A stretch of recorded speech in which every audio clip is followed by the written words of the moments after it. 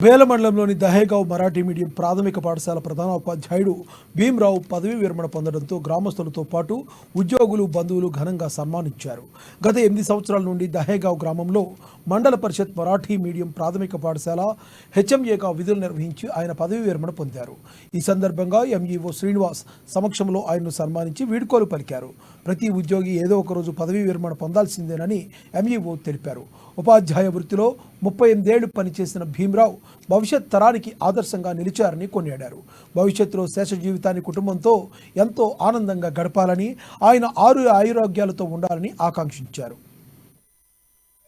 ऑफिसरों को भीमराव जी गजबी के दिन रोते रहते हैं कि अब मैं रिटायरमेंट हो रहा हूँ. कई लोग रड़तात कि मैं आज रिटायर. गोड़े सर पांडकौड़ा स्टेज वर यायची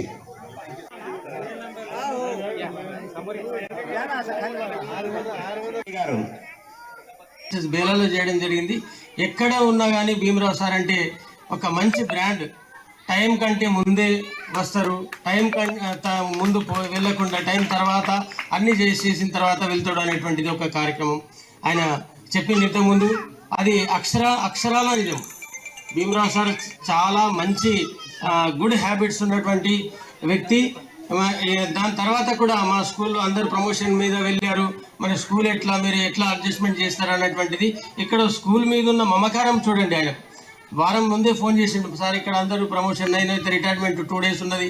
13,868 రోజులైంది డ్యూటీ మీద ఎక్కి. ఆయన ఇంకా 2 రోజులు ఉన్నది. 13,870 రోజులు ఆయన సర్వీస్ చేసిండు.